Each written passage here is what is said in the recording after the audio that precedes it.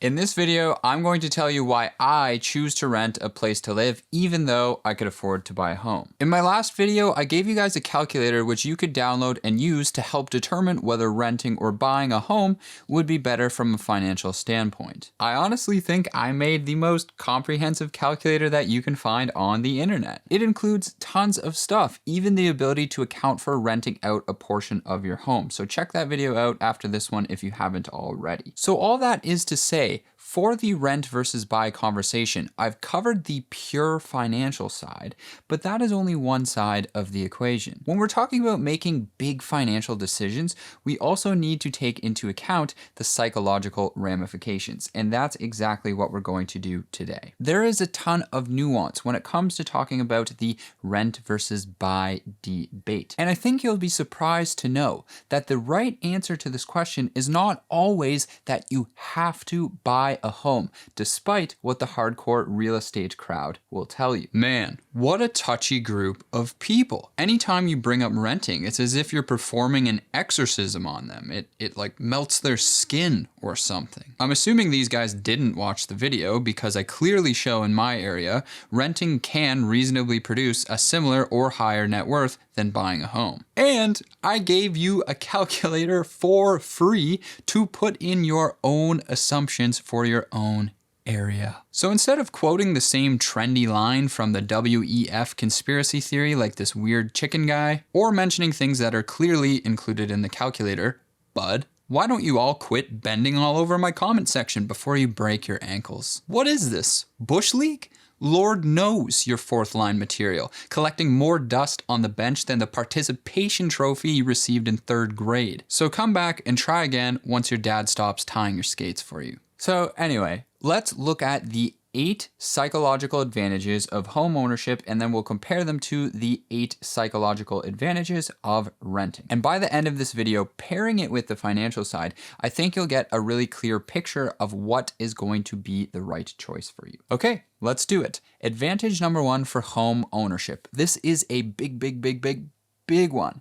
Home ownership acts as a forced savings vehicle. Now, what do I mean by that? Well, when you get a mortgage, you obviously have to make a mortgage payment, right? So let's say that this mortgage payment is $2,000. With this $2,000 payment, some of that money is going to go towards paying your interest on the mortgage, and the other part is going to go towards paying into your home equity. So for just simplicity's sake, let's say $500 is going to be going towards interest, so that money is just spent and gone, and then the remaining $1,500 will go towards your home equity. In a basic sense, this means you have saved $1,500 this month. So paying a mortgage every single month essentially forces you to save that portion of money, which then converts into an asset that you own. So this is a huge psychological benefit, and renters don't get to experience this.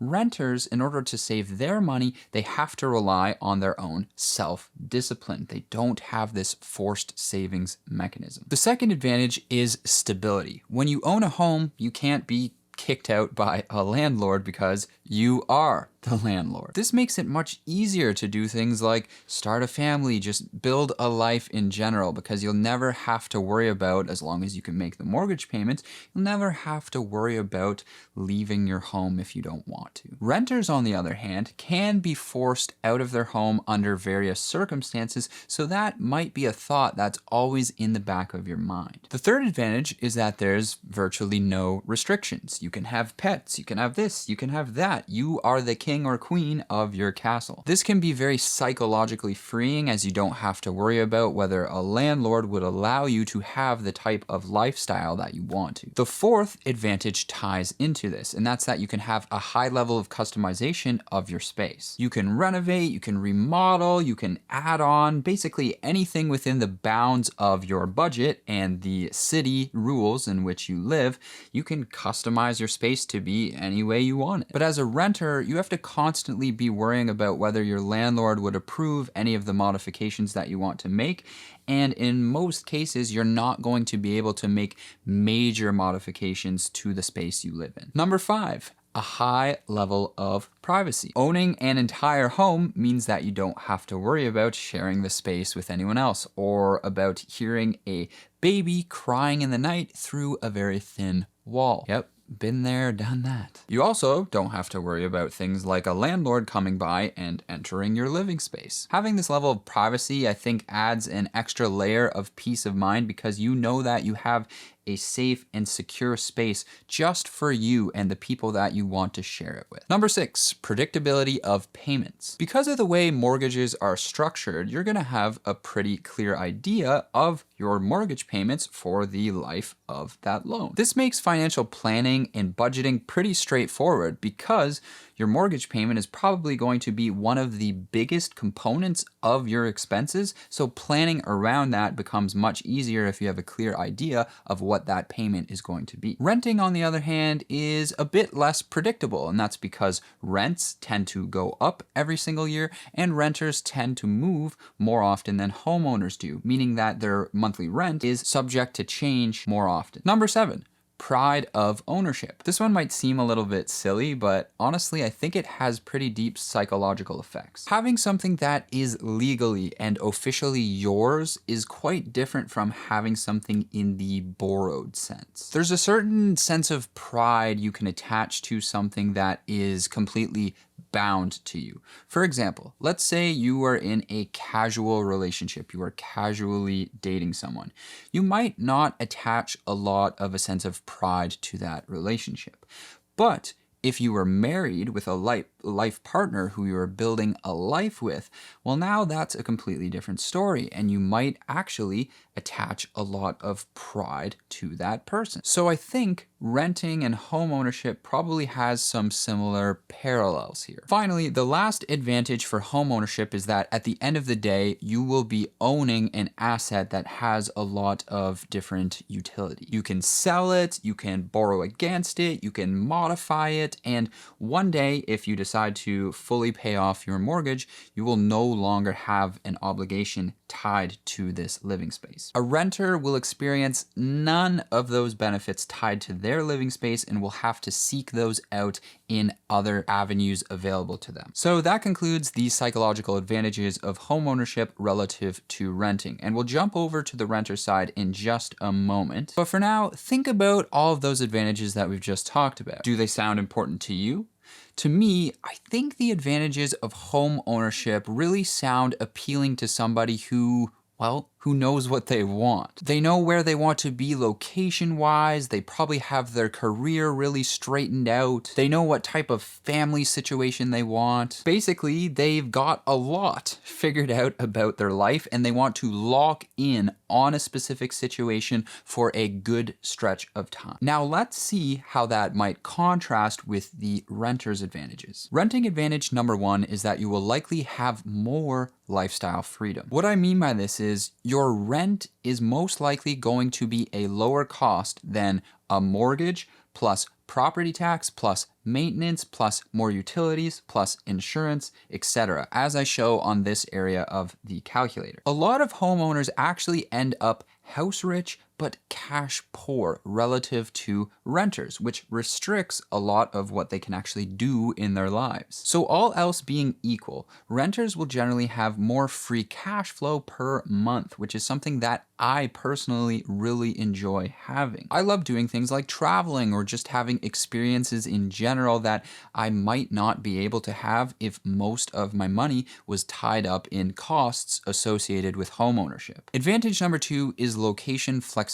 It is much easier to pick up and move around as a renter. And for me, I've lived in 3 different cities over the past 10 years, and I would like to live in much more. Side note, I'm actually going to be spending several weeks in Europe over the next little bit, and I'm very much looking forward to that, as that's going to be a little bit of an experiment in kind of like a day in the life of what it would be like to actually live in some of the European cities that we're going to be experiencing. I can't wait to make some videos out there for you guys, and here's a little bit of a sneak peek of where I will be traveling. I'll see if you can guess the location in the comments down below. But that's what I mean, know, I think Justine and I are really open to the idea of living in a European city for a period of time, and that would be much trickier if we had already bought a home here. Advantage number 3 is the simplicity of your finances. Renting is super simple. You just pay rent and you're pretty much good. But with home ownership, you have a much wider variety of costs that you have to pay. You have your mortgage, you have your property tax, you have maintenance, you have any renovations, anything like that you want to do, you have more utilities, you have insurance,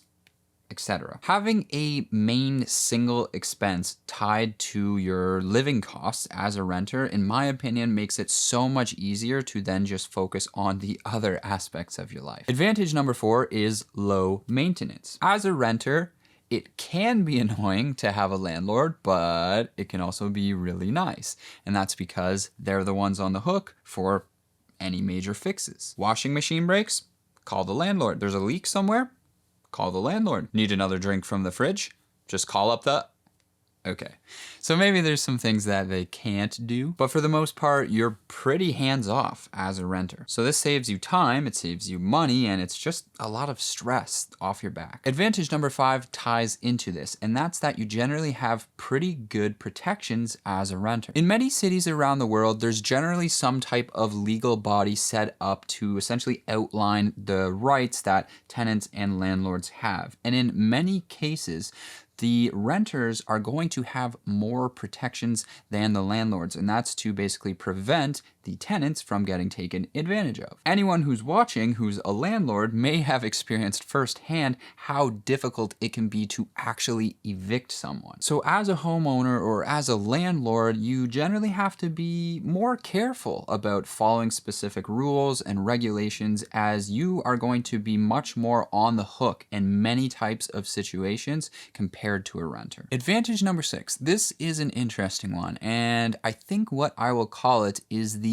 removal of the scarcity mindset. What I mean by this is, as a renter, I think you will look at a wall much more differently than you would as a homeowner. As a renter, you'll probably never think twice about putting up a nail in the wall to hang a picture or something like that. But as a homeowner, because you put so much of your hard-earned money into this thing, you might treat your home more like a museum, trying to preserve every inch of it. This can cause a lot more stress as a homeowner, whereas a renter I don't think is going to be too bothered by a little stain on the carpet or a scuff on the wall or anything like that, because it's not really their place at the end of the day. Advantage number 7 is the lack of obligation. A renter has no large debt obligation looming over them for the next 20 plus years, whereas a homeowner certainly does. That alone can remove a huge amount of stress from somebody's shoulders. I personally value having as few obligations as possible. And finally, advantage number 8 is high liquidity. As a renter, as I said before, you're probably going to have much higher free cash flow, all else being equal, and assuming we're starting in the same financial position as a homeowner. You're probably going to have more free cash flow every month, and you're also probably going to be making use of assets like the stock market, which is also a much more liquid type of investment, meaning that you can take your money out, convert it into cash much faster than you could selling an entire home. This just means you have more access to money whenever you want it or whenever you need it compared to a homeowner. Now, after going through all of these things on the renter side, I can say that personally for myself, I skew heavily towards the advantages of the renter. That's what really speaks to me at this point in my life. Flexibility, liquidity, low stress, no obligations. These are things that are music to my ears. And pairing these psychological benefits with the financial calculations that I showed you in the last video, remember, if you haven't checked that out, there's a free calculator you can download. It's awesome. Please check it out. I'm very happily in the renter's camp at the moment. What about you? Thank you so much for taking the time to chat with me about housing today. See you again soon.